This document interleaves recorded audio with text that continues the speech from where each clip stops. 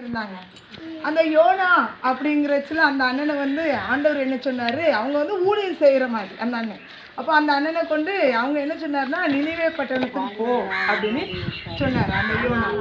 அப்போ யோனா வந்து என்ன செஞ்சான், அவன் வந்து தரிசிஸ்க்கு போயிட்டான்.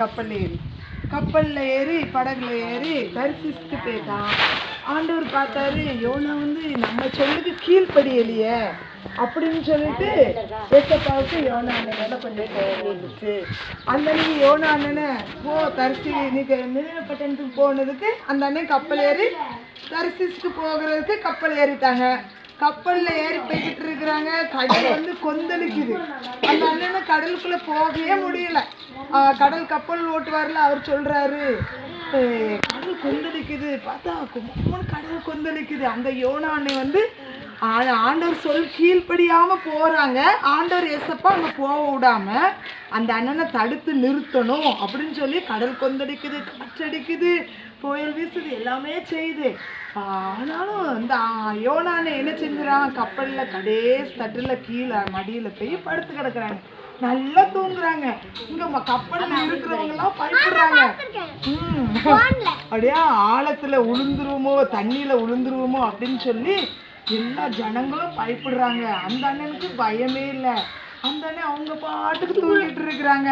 அப்புறமா அந்த கப்பல் ஓட்டுறவர் வந்து யோனா அண்ணனை அடி தட்டுல படுத்து தூங்குறாங்க. தட்டி எழுப்புறாங்க. யோனா அண்ணனை எழுப்பி அவங்கவுங்க தேவனை நோக்கி கூப்பிடுங்க அப்படின்னு சொல்றாங்க. நீங்க அவங்கவுங்க ஏசப்பாவை கூப்பிட்டு சொல்லி ஜோமுனுங்க அப்படின்னு சொல்றாங்க.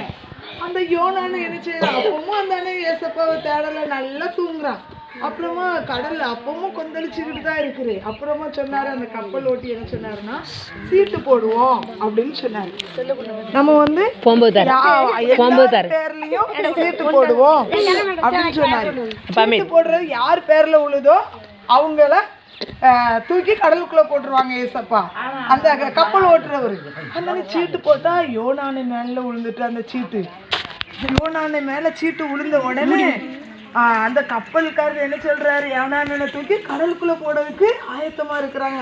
அவங்க கப்பல் எப்படியாவது போயிடணும், அந்த ஜனத்தை கொண்டு போயிடணும்னு தான் அந்த கப்பல் ஓட்டி பிரயாசப்பட்டாரு. ஆனாலும் கடல் கொந்தளிப்பு, எல்லா பொருளையுமே உள்ள வெளியே கடலுக்குள்ள தூக்கி தூக்கி போட்டாங்க.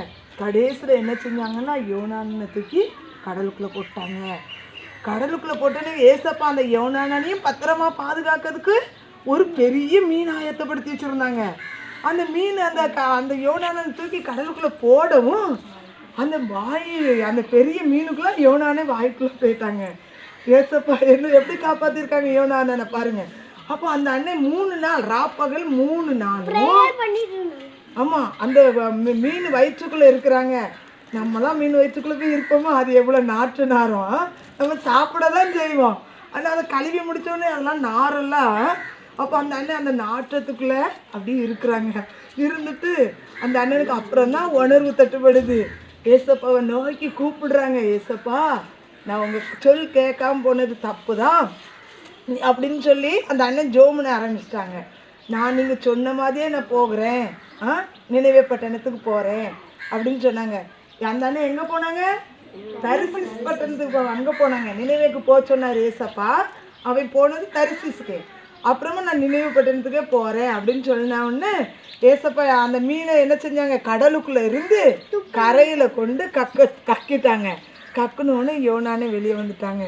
வெளியே வந்த உடனே யோனானே அந்த நினைவே பட்டணத்துக்கு போயிட்டாங்க. போய் அந்த ஜனங்கள் அழிந்து போயிடக்கூடாது அப்படின்னு சொல்லி அந்த ஜனத்துக்காக நீ ஜெபம் பண்ணு அப்படின்னு சொன்னாங்க. அந்த அண்ணன் அங்கேயும் போய் என்ன செஞ்சுட்டாங்க, ஒரு ஆமணக்கு செடி ஒரு நாள் தான் முளைச்சிச்சு. அந்த ஆமணக்கு செடியில் அந்த ஜனங்கள்லாம் அழிஞ்சு போகிறாங்கன்னு சொல்லி ஏசப்பா போக சொல்லி இருக்கிறாங்க. அவங்களுக்காக இந்த அண்ணன் ஜோமனாம போய் அந்த இணல்ல படுத்து கிடக்குறாங்க. படுத்து கிடந்தாலே ஏசப்பாக்கு மனஸ்தாபப்பட்டுட்டாங்க. ஏசப்பா கோவப்பட்டுட்டாங்க. இவன் இன்னும் கீழ்ப்படிய மாட்டுக்கானே அப்படின்னு சொல்லிட்டு ஒரே நாள் தான் அந்த ஆமணக்கு செடி முளைச்சிச்சு. அந்த இலையெல்லாம் அதை உருந்து போயிட்டு பூச்சி திங்க வச்சுட்டாங்க. பூச்சி தின்னோடனே அந்த இலையெல்லாம் உருந்துட்டு அந்த மரம் பட்டு போச்சு. அந்த அன்னைக்கு அப்புறமா தான் அந்த அன்னை உணர்றான், ஒரு இலையில கூட நமக்கு இருக்க முடியலையே அப்படின்னு சொல்லிட்டு அந்த அன்னை என்ன செஞ்சாங்க, அப்புறமா ஏசப்பாவை நோக்கி கூப்பிடுறாங்க. அப்போ ஏசப்பா சொன்னாங்க, என் ஜனம் அழிஞ்சு போயிடும்னு தானே நான் என் ஜனத்துக்காக ஒன்றே அங்கே அனுப்புனேன். நீ என் ஜனத்துக்காக ஜோம் இல்லையா, நீ இப்படி உனக்கு சுகபலமா இங்க வாழ்க்கை வந்திருக்கா அப்படின்னு சொன்ன உடனே மறுபடியும் அந்த யோனானே என்ன செஞ்சாங்க, கீழ்படிஞ்சிட்டாங்க. ஏசப்பாட்ட மன்னிப்பு கேட்டாங்க. மன்னிப்பு கேட்ட உடனே ஏசப்பா அந்த யோனான என்ன செஞ்சாங்க, கீழ்படி மன்னிச்சுட்டாங்க. சரியா? நம்மளும் மன்னிச்சு கரையில கொண்டு கக்கிட்டு அதான் மீன் கரையில் கட்டிட்டு அந்த அண்ணனை பிறகு மீன் கட்டிட்டு கட்டின உடனே அந்த அண்ணன் அந்த ஜனங்களுக்காக ஜோம்னாங்க. ஜோம்னா கூட அந்த அண்ணன் அந்த ஜனங்களும் மனம் திரும்பிட்டாங்க. அந்த ஜனங்கள் நல்லா ஆண்டவர் அறிஞ்சுக்கிட்டாங்க. அப்புறமா ஏசப்பா இந்த அண்ணனை விட்டுட்டாங்க. அந்த ஜனங்கள் நல்ல மனம் திரும்பி அந்த பட்டணங்கள் அதுக்கு பிறகு ஆசீர்வாதமாக இருந்துச்சு. சரியா? இது பிறகு